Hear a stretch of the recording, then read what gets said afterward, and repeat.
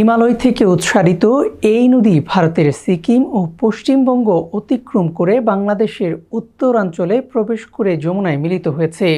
তার দুই কূল জুড়ে গড়ে উঠেছে সবুজ নীলের অপরূপ লীলাভূমি।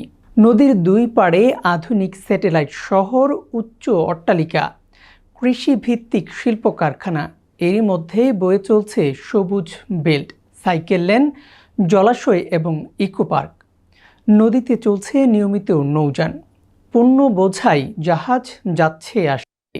102 কিলোমিটার নদী খননের ফলে সারা বছর নাব্যতা থাকছে তিস্তায়। কৃষকের মুখে হাসি, কারণ নিয়ন্ত্রিত সেচ ব্যবস্থায় ফসলের উৎপাদন বেড়েছে দ্বিগুণেরও বেশি।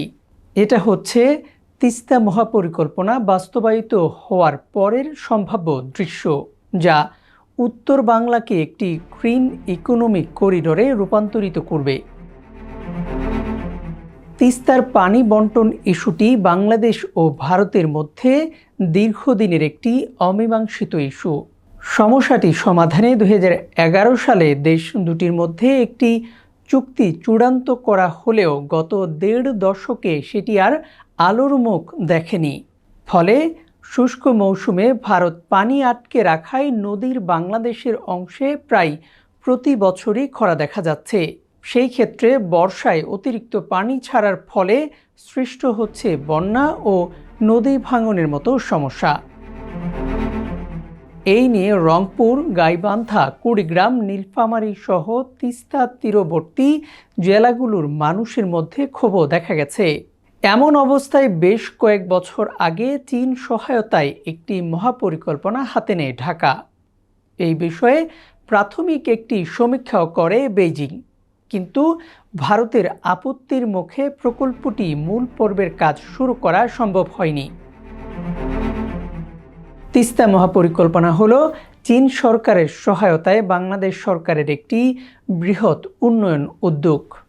এর লক্ষ্য তিস্তা নদীকে ঘিরে উত্তরাঞ্চলের অর্থনীতি, কৃষি, পরিবেশ ও জীবনমানের সামগ্রিক পরিবর্তন আনা।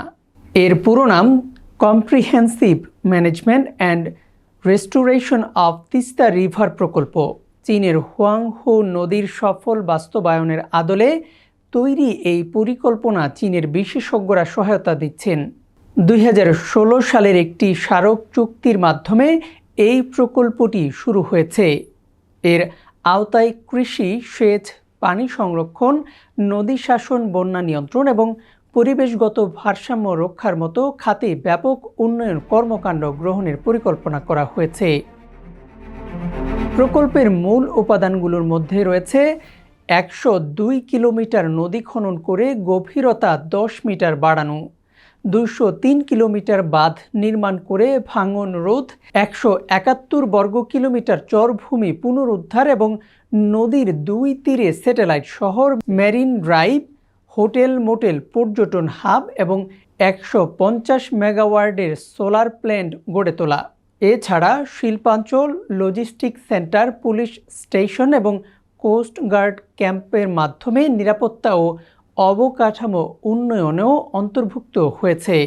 বাংলাদেশের উত্তরাঞ্চলে রংপুর, কুড়িগ্রাম, গাইবান্ধা, লালমনিরহাট, নীলফামারী ও দিনাজপুরের মতো জেলাগুলোর দীর্ঘদিন ধরে নদী ভাঙন, খরা ও মৌসুমি বন্যার কবলে। তিস্তা মহাপরিকল্পনা বাস্তবায়িত হলে এই অঞ্চল বদলে যাবে, টেকসই উন্নয়নের কেন্দ্রে পরিণত হবে। জীববৈচিত্র্যের সঙ্গে সামঞ্জস্য রেখে নদীর প্রাকৃতিক প্রবাহ রক্ষা করা হবে। চীন যখন আর্থিক ও কারিগরি সহায়তা দিতে প্রস্তুতি নিতে শুরু করে, তখন তিস্তা প্রকল্পে ভারতও আগ্রহ দেখায়। 2024 সালের মে মাসে বিষয়টি আলোচনা করতে ঢাকা আসেন ভারতের তৎকালীন পররাষ্ট্র সচিব বিনয় কোয়াত্রা। এরপর জুনে বাংলাদেশের শেখ হাসিনা ভারত সফরে গেলে তিস্তা মহাপরিকল্পনায় যুক্ত হওয়ার বিষয়ে বিস্তারিত আলোচনা করে নয়াদিল্লি। প্রকল্পের সমীক্ষা করতে ভারতের একটি কারিগরি দল দ্রুতই ঢাকায় সফর করবেন বলে শেখ হাসিনার সঙ্গে যৌথ সংবাদ সম্মেলনে তখন জানিয়েছিলেন ভারতের প্রধানমন্ত্রী নরেন্দ্র মোদী। এরপর ঢাকায় ফিরে শেখ হাসিনা সাংবাদিকদের বলেন, তিস্তার পানির দাবিটা অনেক দিনের, তো ভারত যদি আমাদের তিস্তার প্রজেক্টটা করে দেয় তাহলে আমাদের সব সমস্যার সমাধান হয়ে গেল, সেটাই আমাদের জন্য বেশি সহজ হয়ে গেল না?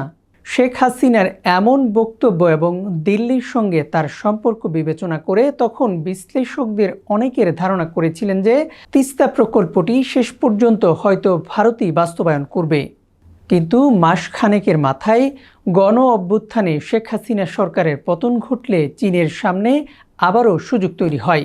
অন্তর্বর্তী সরকার ক্ষমতা নেওয়ার পর 2025 সালের মার্চে তৎকালীন প্রধান উপদেষ্টা অধ্যাপক মোহাম্মদ ইউনুস চীন সফরে যান। তখন সরকারের তরফ থেকে বলা হয় তিস্তা মহাপরিকল্পনাটি চীনের মাধ্যমেই বাস্তবায়ন হবে। এদিকে তিস্তা নদীর পানির ন্যায্য হিস্সা আদায় ও তিস্তা মহাপরিকল্পনা বাস্তবায়নের দাবিতে উত্তরবঙ্গে একাধিক কর্মসূচি পালন করে বিএনপি। নির্বাচনের আগে প্রধানমন্ত্রী তারেক রহমান প্রতিশ্রুতি দেন ক্ষমতায় গেলে তারা তিস্তা মহাপরিকল্পনা বাস্তবায়ন করবেন। সেটারই অংশ হিসেবে এখন চীনের সঙ্গে প্রকল্পটি নিয়ে আলোচনা শুরু করেছে সরকার। কিন্তু তাতে কতটা ভরসা পাচ্ছেন বন্যা, খরা ও নদী ভাঙনের ভুক্তভোগী তিস্তা পাড়ের বাসিন্দারা? এই ধরনের আলোচনা আমরা আগেও বিভিন্ন সময় দেখেছি, কিন্তু যতক্ষণ না প্রকল্পটি আনুষ্ঠানিক উদ্বোধন হচ্ছে বা এই বিষয়ে সরকারের পক্ষ থেকে সুনির্দিষ্ট করে রোডম্যাপ ঘোষণা করা হচ্ছে ততক্ষণ পর্যন্ত আমরা আশ্বস্ত হতে পারছি না, বলেন তিস্তা বাঁচাও নদী বাঁচাও সংগ্রাম পরিষদের সভাপতি মিস্টার হক্কানি। বিশ্লেষকদের মতে তিস্তা নিয়ে চীন ও ভারতের আগ্রহের মূল কারণ কৌশলগত। এর মধ্যে চীনের আগ্রহী হয়ে ওঠার বড় একটি কারণ বেল্ট অ্যান্ড রোড ইনিশিয়েটিভ বা বিআরআই প্রজেক্ট বলে মনে করছেন কেউ কেউ।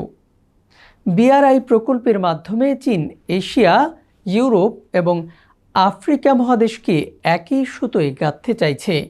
চীনের বিআইআর প্রজেক্টের আওতাধীন বাংলাদেশ, চীন, ভারত, মিয়ানমার অর্থনৈতিক করিডোর প্রস্তাবিত এই করিডোরের মাধ্যমে চীন তাদের দক্ষিণ পশ্চিমাঞ্চলের ইউয়ান প্রদেশকে মিয়ানমার এবং বাংলাদেশের মাধ্যমে ভারতের পশ্চিমবঙ্গের সাথে যুক্ত করতে চায়। এজন্য তিস্তা বহুমুখী প্রকল্পকে চীন অত্যন্ত গুরুত্ব হিসেবে বিবেচনা করছে বলে মনে করছেন বিশ্লেষকরা। অন্য কোনোভাবে এই করিডোরগুলো বা এই ধরনের কানেক্টিভিটি প্ল্যানগুলো চরিতার্থ করা যায় কিনা সেটি অবমান্যই চীনের উদ্দেশ্য তো থাকবেই। 2024 সালে বিবিসিকে দেওয়া এক সাক্ষাৎকারে বলেছিলেন ভারতের গবেষণা সংস্থা অবজারভার রিসার্চ ফাউন্ডেশনের গবেষক অনুসুয়া বসু রায়চৌধুরী। সেই কারণে তিস্তা প্রকল্প নিয়ে চীনের আগ্রহকে ভারত বরাবরই সন্দেহের চোখে দেখে আসছে। ভারত মনে করে চীন তাদের বেল্ট অ্যান্ড রোড ইনিশিয়েটিভের মাধ্যমে ভারতকে চারপাশ থেকে ঘিরে ফেলতে চায়। সেই জন্য তিস্তা প্রকল্প চীনকে হটিয়ে ভারত নিজেই যুক্ত হতে চায় বলে মনে করেন মিজ চৌধুরী। যদিও আন্তর্জাতিক সম্পর্ক বিশ্লেষক ডক্টর ইমতিয়াজ আহমেদ মনে করেন তিস্তা ব্যারেজ প্রকল্প নিয়ে চীনের সেভাবে কোনো ভূ রাজনৈতিক স্বার্থ নেই। তিস্তা নদীতে এটি বাংলাদেশের প্রকল্প, এটি চীনের কোনো প্রকল্প নয়। চীন শুধু এখানে অর্থায়ন করতে রাজি হয়েছে, কারণ অন্যরা সেই অর্থ দিতে পারছে না, বললেন ডক্টর আহমেদ। ভারতকে প্রকল্পের দায়িত্ব দেওয়া হলে সেটি শেষ পর্যন্ত কতটুকু বাস্তবায়িত হবে সেই বিষয়েও আশঙ্কা প্রকাশ করেছেন অনেকেই। ভারতই তো তিস্তার সমস্যার জন্য দায়ী, তারাই তো পানি আটকে রাখে, আবার যখন দরকার থাকে না তখন ছেড়ে দেয়। তারা এই প্রকল্প বাস্তবায়নের বিষয়ে আদৌ আন্তরিক হবে কিনা সেটিও ভেবে দেখার দরকার আছে, বলেছিলেন মিস্টার হক্কানি। তিস্তায় যে মহাপরিকল্পনার কথা বলা হচ্ছে সেটির সুফল পাওয়ার জন্য তিস্তার পানির ন্যায্য হিস্সা নিশ্চিত করা জরুরি বলে মনে করেন তিস্তা বাঁচাও নদী বাঁচাও সংগ্রাম পরিষদ। মহাপরিকল্পনাটা মূলত একটা ইন্টারনাল নদী ব্যবস্থাপনা, সেটার সঙ্গে পানির হিসাবও নিশ্চিত করতে হবে। আন্তর্জাতিক অভিন্ন নদী হিসেবে তিস্তার পানি যতটুকু আমাদের পাওয়ার কথা ভারতের কাছ থেকে, সেই হিসাবও নিশ্চিত করতে হবে, বললেন পরিষদের সভাপতি মিস্টার হক্কানি। তিস্তার পানি ভাগাভাগির জন্য 2011 সালে ভারতের সঙ্গে একটি চুক্তির বিষয়ে একমত হয়েছিলেন বাংলাদেশ। বিষয়টি পরেই চূড়ান্ত পর্যায়ে পৌঁছালেও পশ্চিমবঙ্গের মুখ্যমন্ত্রী মমতা ব্যানার্জির আপত্তির কারণে সেটি শেষ পর্যন্ত করা যায়নি বলে জানিয়েছেন নরেন্দ্র মোদী বিজেপি সরকার। সম্প্রতি বিধানসভা নির্বাচনে মিজ ব্যানার্জি পরাজিত হয়েছেন। এর বিপরীতে বড় জয় পেয়ে পশ্চিমবঙ্গের ক্ষমতায় বসেছে বিজেপি সরকার। কাজেই এখন পানি বন্টন চুক্তি বিষয়ে সরকারের কূটনৈতিকভাবে জোরালো প্রচেষ্টা চালানো উচিত বলে মনে করেন মিস্টার হাক্কানি। তিস্তা আজ শুধু একটি নদী নয়, এটি এক জাগ্রত স্বপ্নের প্রতীক, উন্নত, টেকসই ও মানবিক বাংলাদেশের উত্তরাঞ্চলের প্রতিচ্ছবি। যদি ভারত চীনের মধ্যে সামঞ্জস্য স্থাপিত হয় তবে উত্তরবঙ্গকে একটি সমৃদ্ধ অঞ্চলে রূপান্তরিত করবে। তিস্তা মহাপরিকল্পনা বাস্তবায়িত হলে যে দৃশ্য আমরা দেখতে পাব তা হবে এক অভাবনীয় পরিবর্তনের ক্যানভাস। উত্তরাঞ্চলের কৃষিতে আসবে বিপ্লব। নিয়ন্ত্রিত সেচ ব্যবস্থার মাধ্যমে সারা বছর চাষ করা সম্ভব হবে। ধান, ভুট্টা, সবজি ফসলের উৎপাদন বাড়বে 20,000 কোটি টাকারও বেশি। 50,000 হেক্টর জমিতে সেচ সুবিধা বাড়বে, যা খরা, বন্যাও কমিয়ে দেবে। শিল্পাঞ্চল ও কর্মসংস্থানের নতুন হাব হিসেবে গড়ে উঠবে উত্তরবঙ্গ।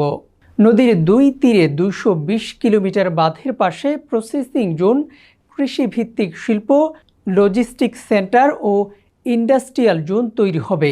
তরুণদের আর কাজের খোঁজে ঢাকায় আসতে হবে না। স্থায়ীভাবে লাখো চাকরির সুযোগ সৃষ্টি হবে। পর্যটনেও সম্ভাবনা ব্যাপক। নৌবিহার, তিস্তা ইকো পার্ক, নদীকেন্দ্রিক রিসোর্ট, হেরিটেজ জোন এবং মেরিন ড্রাইভের কারণে দেশি বিদেশি পর্যটক আসবে, যা অর্থনীতিতে নতুন গতি আনবে। পরিবেশ বান্ধব উন্নয়নের কারণে নদী থাকবে জীবন্ত, তীর জুড়ে সবুজ বেষ্টনী। জলাভূমি পুনরুদ্ধার এবং জীববৈচিত্র্যের সংরক্ষণের মাধ্যমে মানবিক প্রভাব আরও গভীর। মানুষ পাবে স্থায়ী আশ্রয়, উন্নত শিক্ষা ও স্বাস্থ্যসেবা, যা একসময় কল্পনাতীত ছিল।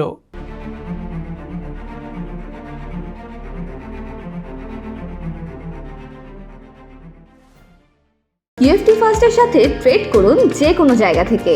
ক্যাম্পাসে ক্লাসের ফাঁকে, ঢাকার জ্যামে বসে কিংবা ঘরে বসে, ট্রেডিং এখন হাতের মুঠোয়। তাই ট্রেড করুন যখন খুশি, যেখানে খুশি।